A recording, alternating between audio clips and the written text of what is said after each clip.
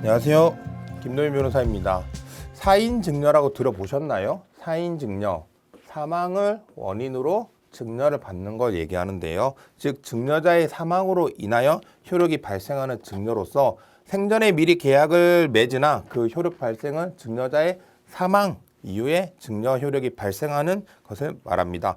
그래서 이 사인 증여는 사실 유증과 비슷한 효력을 갖게 됩니다. 실제로 유증에 관한 규정이 많이 준용이 되고 있는데요. 하지만 이 사인 증여가 가장 많이 사용되는 곳은 어디냐? 그것은 바로 이 유증, 즉 유언이 무효가 되는 경우를 얘기합니다. 이 유언은 엄격한 형식성을 가져야 되는데요. 이러한 형식성을 갖추지 못했을 때 만약 자필 증서에 의한 유언인데 그 자필 증서가 아닌 컴퓨터나 타자 혹은 대피를 해주거나 이런 경우에는 자필 증서 유언으로서 효력이 없고요. 그렇기 때문에 무효가 되게 됩니다. 그러면 일반적인 상속으로 돌아가기 때문에 이 유언에 따른 아무런 효력이 발생하지 않는 거죠. 다만 이 유언이 사인 증여로서 효력을 가질 수 있다면 이 유언이 실질적으로 효력을 가지게 되는데요. 이에 대해서는 우리 판례도 유언이 효력이 없다 하더라도 사인 증여로서의 그 요건, 즉 계약으로서의 요건을 갖추면 사인 증여로서 효력을 인정할 수 있다고 하고 있습니다. 그렇다면 이 철회라는 주제가 왜 나오는 걸까요? 유언은 단독 행위이기 때문에 유언자가 언제든 본인의 유언을 취소하거나 철회할 수가 있습니다. 즉 우리 민법 제1108조에 보면요. 유언자는 언제든지 유언 또는 생전 행위로서 유언의 전부 또는 일부를 철회할 수 있다고 하고 있고요. 이거는 단독 행위이기 때문에 가능하죠. 그런데 말씀드린 대로 이 사인 증여는 계약의 성격을 가지고 있습니다. 어쨌든 사망을 원인으로 하지만 증여라고 하고 있으니까요. 이 증여 같은 경우에는 철회를 할 수가 없습니다. 계약이기 때문에. 즉 해제나 해지를 하여야 되는데요. 아까 말씀드린 대로 이 사인 증여가 유증의 성격을 가지고 있기 때문에 과연 사인 증여도 철회를 할 수 있냐? 이 부분에 대해서 이 학계에서는 사실 논쟁이 있었습니다. 철회를 할 수 있다라는 입장과 없다라는 입장이 있었는데요. 이번 대법원에서 이에 대해 판단을 하였습니다. 대법원 사례를 한번 살펴보겠습니다. 네, 사실관계를 한번 살펴보겠습니다. 네, 원고는 아버지이고요. 당시 내연관계였던 피고는 어머니입니다. 그리고 이 내연관계에서 낳은 혼외자인 아들이 있었는데요. 원고는 이 아들에게 2013년 4월 25일 이와 같은 각서를 작성하면서 이제 상속을 해주기로 약속을 했습니다. 그리고 이후에 원고는 이 피고에게 채권 최고액 15억 원의 근저당권 설정 등기를 격려해 줬는데요. 이후에 이 관계가 파탄이 일으면서 문제가 됐습니다. 이 각서를 보시면 이 원고인 아버지가 작성한 건데요. 뭐 일하다가 문득 내가 무슨 문제가 일어나면 어떻게 될까 걱정이 돼서 이렇게 내 재산을 정리한다. 그러면서 이 D에게 상속한다. 이 D가 피고의 아들이자 원고의 아들, 즉 이 자가 되고요. 여기 주기 때문에 미성년자라서 엄마인 피고가 이거를 관리한다. 그래서 이 근저당도 설정을 하게 된 겁니다. 이에 대해서 원고는 이렇게 주장을 했는데요. 위 근저당이 위 각서에 따라서 설정이 됐는데 이는 유언이다.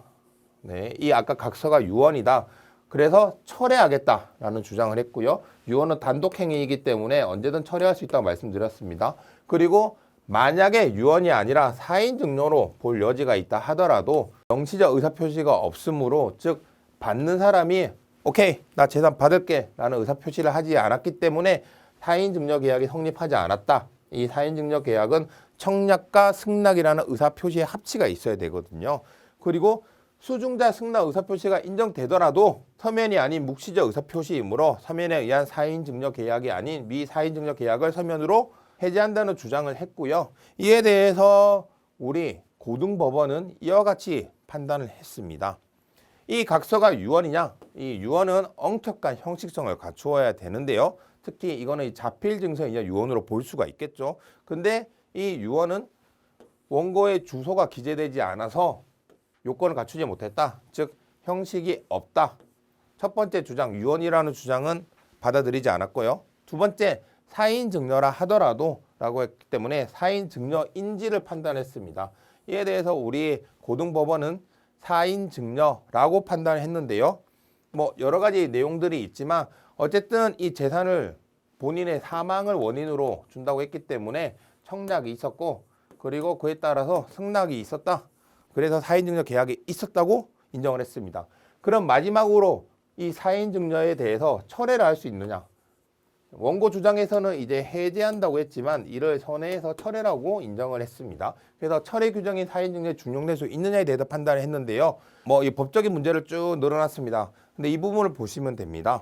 증여자가 사인증여를 철회하더라도 신의 측에 바란다고 볼 수 없는 특별한 사정이 있는 경우에는 철회를 긍정할 수 있다. 즉 특별한 사정이 없다면 이 철회는 안 된다. 왜냐하면 사인증여는 계약이기 때문에 원칙적으로 철회는 안 되지만 특별한 사정이 있으면 해준다라고 판시를 했습니다.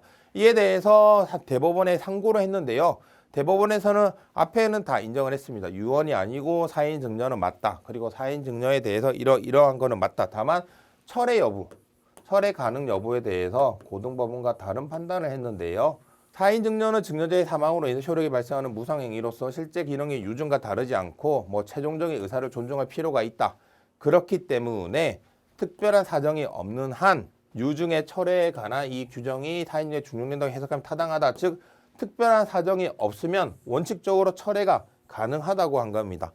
비슷하게 들리실 텐데요. 고등법원에서는 원칙적으로 철회가 되지 않는다. 다만 특별한 사정이 있으면 철회가 가능하다고 본 거고요.